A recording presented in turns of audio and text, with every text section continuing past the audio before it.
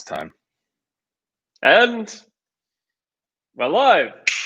We should do like 3, 2, 1, bam. Yeah, one of these days we'll get it.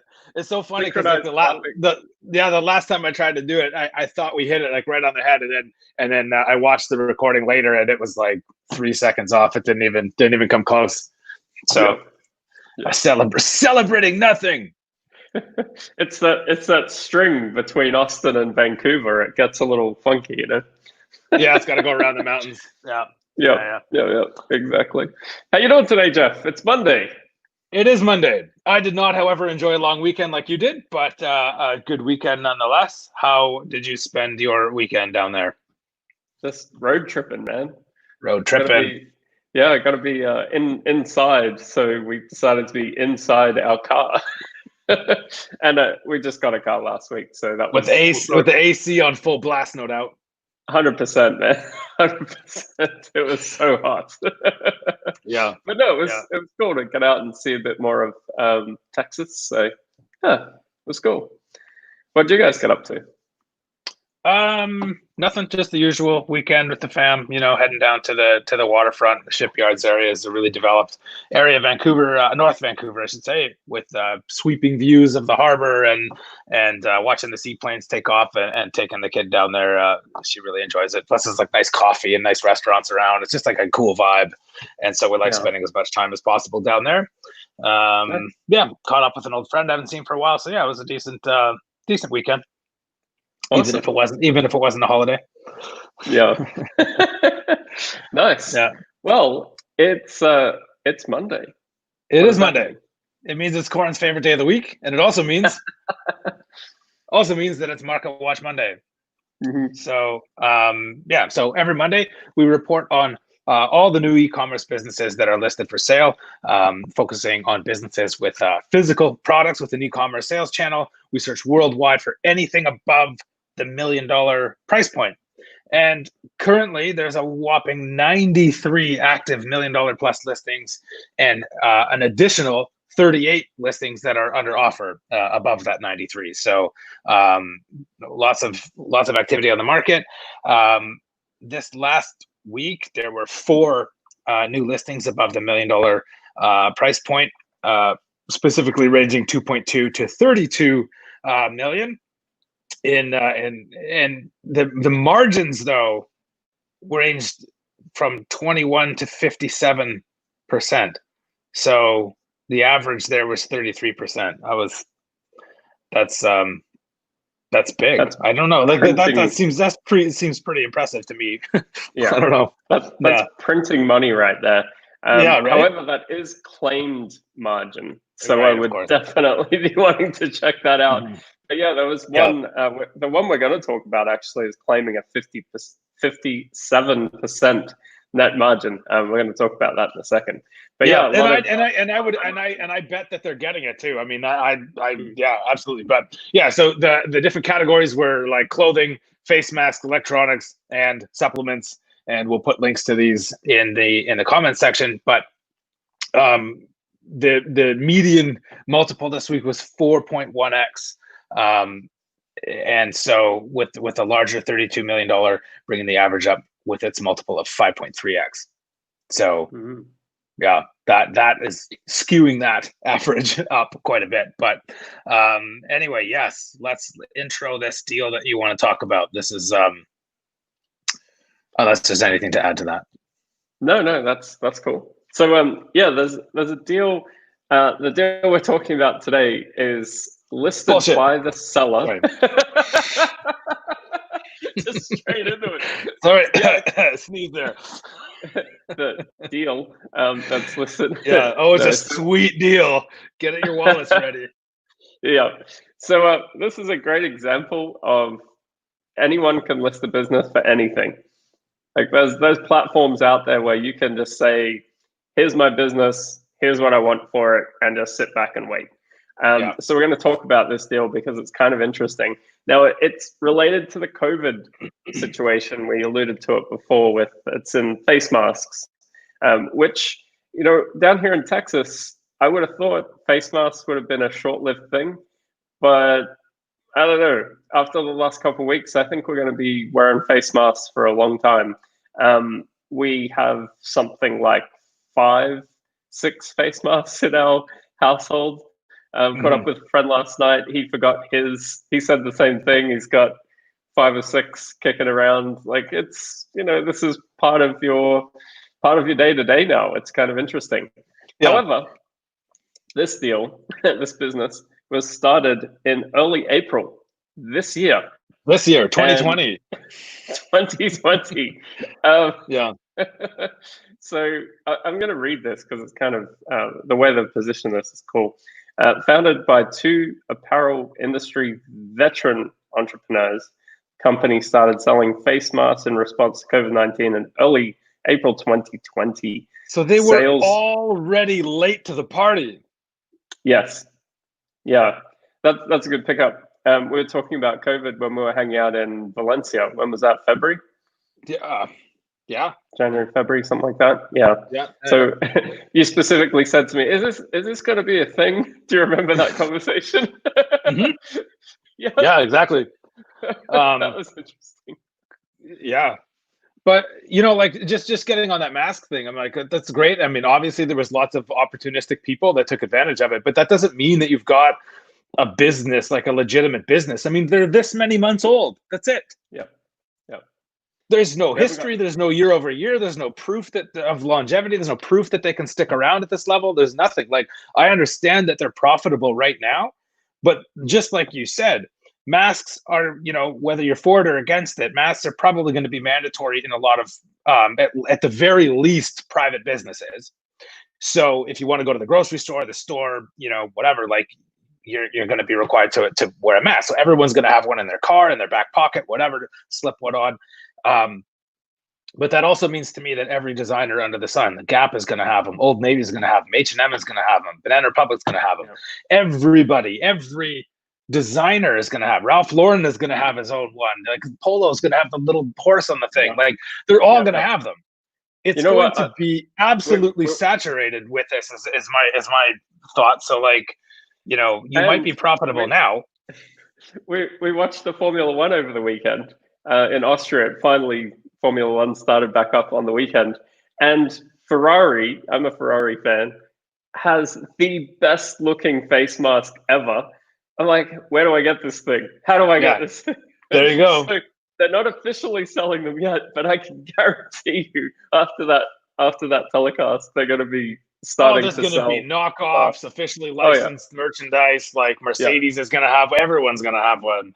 And like, I think, these guys are wise to that, but I think, like, I think you guys said, what is the response going to be? When I think the big fat 0 of inquiries to date beside that listing kind of tells the story that everyone can sort of see this for what it is. Now, that doesn't mean they don't have, obviously they're profitable and obviously they're cashing in, and that's great. And my take is, you don't have anything to sell. You don't have an actual business. You are opportunistic. You took advantage of the market conditions and the situation, and that's great. You made yourself some money. Yeah. But ride it out and make as much as you can, and then move on to something else. Like, I don't think there's anything really there to sell. Well, they've done $7 million in 3 months. So we were talking about this before jumping online here, or claimed again. Claimed 7 million in revenue. They also want 7 million for the business. So this is a steal if you're looking to pick up 7 million in cash flow. 7 million in revenue, I should say, not cash flow. But this is the one that had the potential 57% net margin as well. So it seems to me, reading this through a couple times, even though it's only a few sentences here, it feels to me like maybe they had a following, because they said there's a social media following.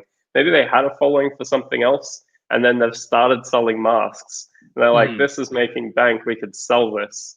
So I'd be wondering if this is connected to anything else, because 7 million in 3 months from a cold start, that's a pretty strong start to a business, right? So if they're not starting from 0, there might be something behind this business, maybe. Yeah, it says they're veterans, right? I mean, they might have their line, but instead of adding this to their line, they sort of made it as a separate brand, so they weren't like because maybe the apparel is like underwear and it's not really connected, right? So it's like we've got a following and we've got a customer base, but it's not really a fit. So we'll just sort of make it as a separate brand, which means they can easily chop it off and sell that arm. But chop it off and sell that arm, it doesn't paint a very good picture. Yeah, that was a bit aggressive, dude. Sell the arm of the business. I didn't mean like, I didn't want to like make that visual like. Anyway. But yeah, I just think that market forces are just going to make masks cheap, but all the designers are going to get on it, and I think these guys will just ride on into the sunset and sell through the stuff, because obviously they have connections to their supply chain and their manufacturers, and probably some mailing lists with healthy amounts of people on there that they could market or cross sell to. But yeah, I just don't see anything there to buy. No. If this time next year they're still doing that, then we'll talk. But after 3 months in business, I mean, that's impressive what they've done. Don't get me wrong. But as an investor, like, that's just next. Yeah. Yeah. I want to buy it. I want to buy a business, not like a contemporary opportunity that might, that has no proof of longevity or anything. Yeah. I had a call. It reminds me of fidget spinners. I had a call with a guy he was literally sitting in his office, which was in his garage, and he had like boxes and boxes of fidget spinners behind him, apparently about $1 million worth of fidget spinners, as the trend was kind of going off fidget spinners.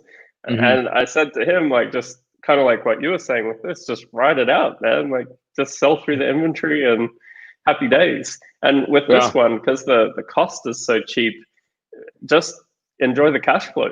Like, no one's going to buy this right now. So take that cash flow and acquire a brand once you've done, like, acquire something else in the future that has, I think that's where you can add on to your existing brand or whatever. But I mean, I'd use that capital to grow something bigger and not to worry so much about how much could you sell it for.